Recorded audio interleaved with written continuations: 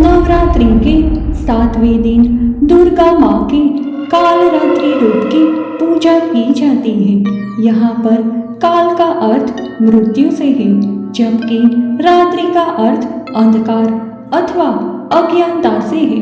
अतः माँ कालरात्रि अंधकार की मृत्यु लाती है और अज्ञानता का नाश करती है। कालरात्रि माँ को कालिका देवी अर्थात काली माता के नाम से भी जाना जाता है। माँ कालरात्रि दुर्गा का सबसे भयंकर रूप है। कालरात्रि रूप में उसका रंग गहरा है। माँ कालरात्रि के गले में विद्युत की माला और बाल बिखरे हुए हैं। उसका हार रात में चंद्रमा की तरह चमकता है। माँ कालरात्रि के 4 हाथ हैं और उनका एक हाथ वर मुद्रा में है, जिससे वे अपने भक्तों को आशीर्वाद देती है। दूसरा हाथ अभय मुद्रा में है, जिससे माँ कालरात्रि सबकी रक्षा करती है। तीसरे हाथ में उन्होंने वज्र पकड़ा हुआ है तथा चौथे हाथ में नुकीला कांटा है। उनकी 3 आंखें हैं और जब वे सांस लेती हैं तो नाक से लपटें निकलती हैं। कालरात्रि माँ की सवारी गधा है। माँ कालरात्रि को शुभंकरी भी कहा जाता है, क्योंकि वे हमेशा अपने भक्तों को शुभ फल प्रदान करती है। माँ को प्रसन्न कर भक्त अपनी मनोकामनाएं पूर्ण कर सकते हैं।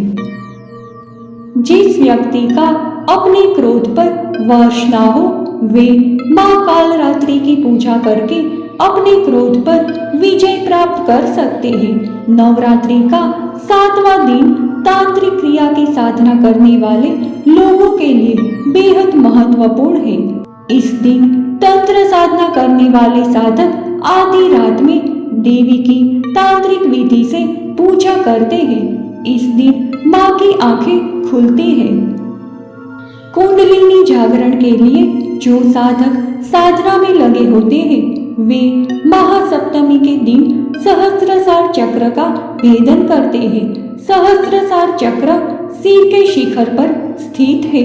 सहस्त्रसार चक्र में एक महत्वपूर्ण शक्ति मेधा शक्ति है, जो मस्तिष्क की प्रक्रियाओं जैसे स्मरण शक्ति, एकाग्रता और बुद्धि को प्रभावित करता है। दुर्गा के माँ कालरात्रि रूप के पीछे कुछ रोचक कहानियां भी हैं। आइए अब सुनते हैं माँ कालरात्रि माता की कथा। कालरात्रि माता की कथा से पता चलता है कि देवी कालरात्रि माता कौन है। देवी को कालरात्रि माता का ये नाम कैसे मिला? प्राचीन समय में शुंभ और निशुंभ नाम के दैत्यों ने अपने बल के मद में चूर होकर इंद्र का राज्य और यज्ञ भाग छीन लिया। इस तरह से अधिकार छीने हुए तथा दैत्यों द्वारा अपमानित करके निकाले हुए देवता अपराजिता देवी का स्मरण करने लगे कि देवी ने हमें वरदान दिया था कि मैं संपूर्ण विपत्तियों को नष्ट करके तुम्हारी रक्षा करूंगी।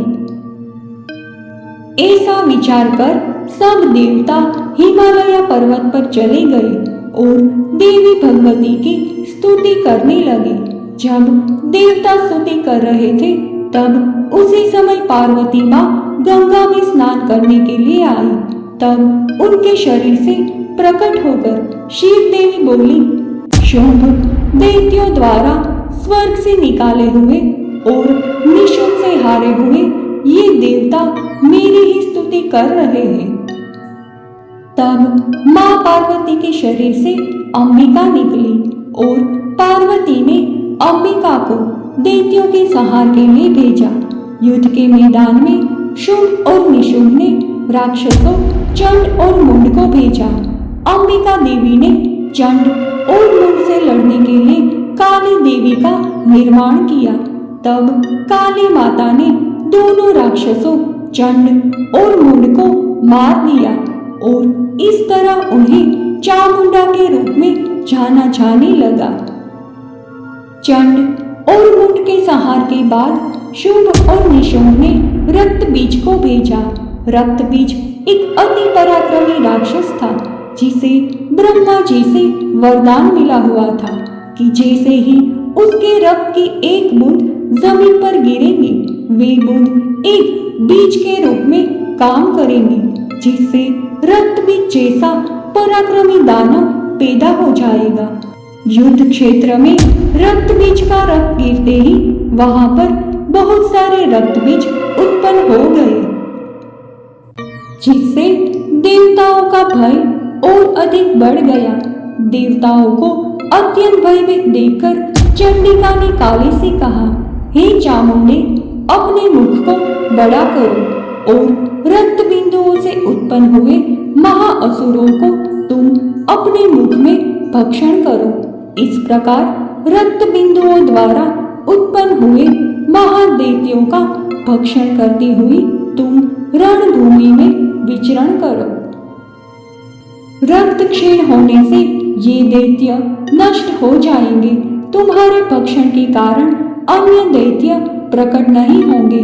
चंडिका देवी ने ऐसा कहने के बाद रक्त बीज पर अपने त्रिशूल से प्रहार किया।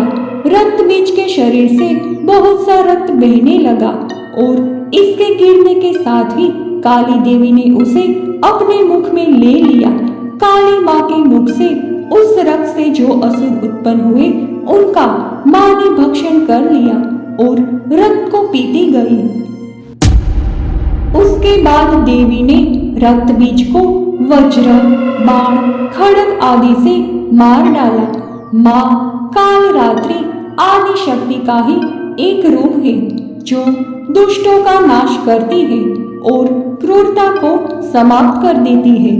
माँ काली की पूजा में नीले रंग का उपयोग शुभ माना गया है। नीला रंग निडरता को दर्शाता है। वे अपने भक्तों के प्रति अत्यंत दयालु है और उनके जीवन से अंधकार को दूर कर देती है।